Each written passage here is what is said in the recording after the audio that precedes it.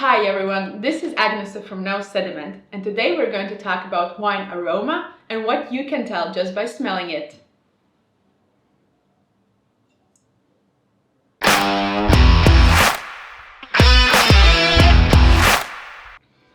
Well, this is where it gets really interesting. You can tell so much about the wine just by smelling it.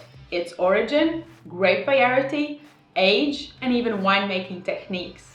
Aroma will also be the first indication of wine's quality. The more complex and layered it is, the higher probably is the quality. First things first, is the nose clean? And I don't mean your nose, but I mean, is the wine on the nose clean? There are so many things that could go wrong with a wine, so before you taste it, just make sure that it is in fine condition. If it smells of wet cardboard or dusty cellar, that might be a sign of TCA, or commonly known as corked wine. If it smells of boiled eggs and onions, reduction may be to blame. If it is just slightly felt, it might fade away after a while. While in opposite, oxidation is here to stay. Wine will be in atypically brown color and could smell of coffee, toffee and caramel. Just to make sure, wine can smell of coffee, toffee and caramel, but these aromas should be mixed within pleasant fruity notes. There are wines made from highly aromatic grape varieties, and you don't even need to put your nose in the glass to detect the aromas. Grape varieties such as Gewürztraminer, Riesling or Sauvignon Blanc are considered highly aromatic. There are also wines that are shy on the nose or show very little aromatics. Melon de Bourgogne from Muscadet and Gavi come to mind. These wines may be hard to pin in a specific wine region or country, so you might rely on other clues, especially if you're doing a blind tasting. There are also semi-aromatic grape varieties such as Viognier and Albarino, and these grape varieties provide aroma intensity somewhere in the middle. Aroma in wine will have three major sources. Primary aromas. These are the ones that are coming from the grape variety itself. For most of the part, these are different fruits, herbs, and flowers, and distinguishing them can lead you to a specific grape variety. Secondary notes. These aromas develop during the winemaking process.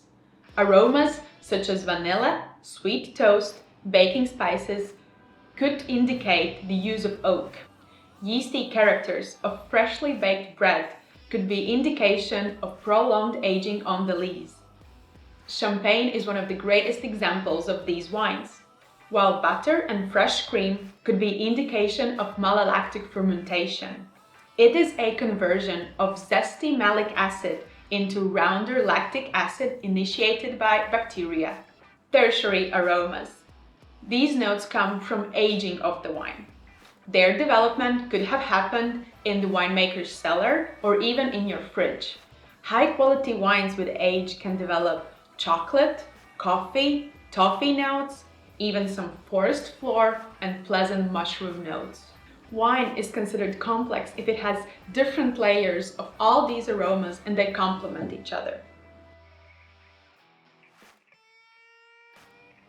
Some consider identifying and naming aromas in the wine to be one of the most difficult things to do when describing wine. I think that grouping these aromas could make things a lot easier. For example, if you smell fruits, are they citrus fruits or are they stone fruits? If you smell berries, are they red colored or are they dark colored berries? Then you can break them apart even further. Citrus fruits, okay. Is it a lime, lemon, or is it an orange? Is it fresh, ripe, dried, or is it candied? Or maybe it is a lemon peel. If you note an apple on the nose, describe it. Is it red? Is it green? Is it fresh? Is it cooked?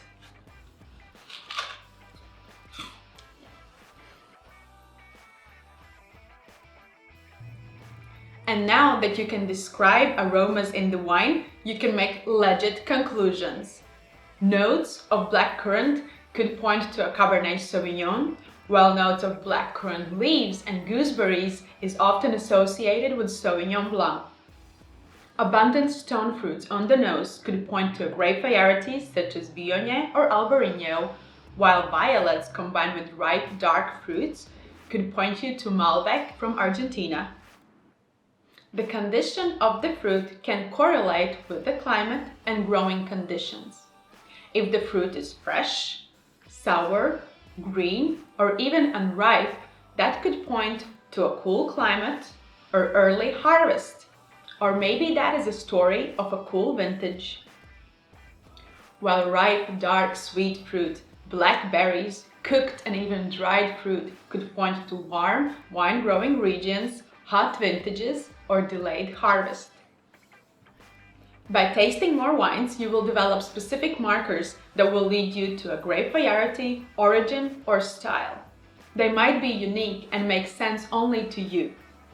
For example, if I smell fresh beetroot in the wine, that leads me to Cabernet Franc.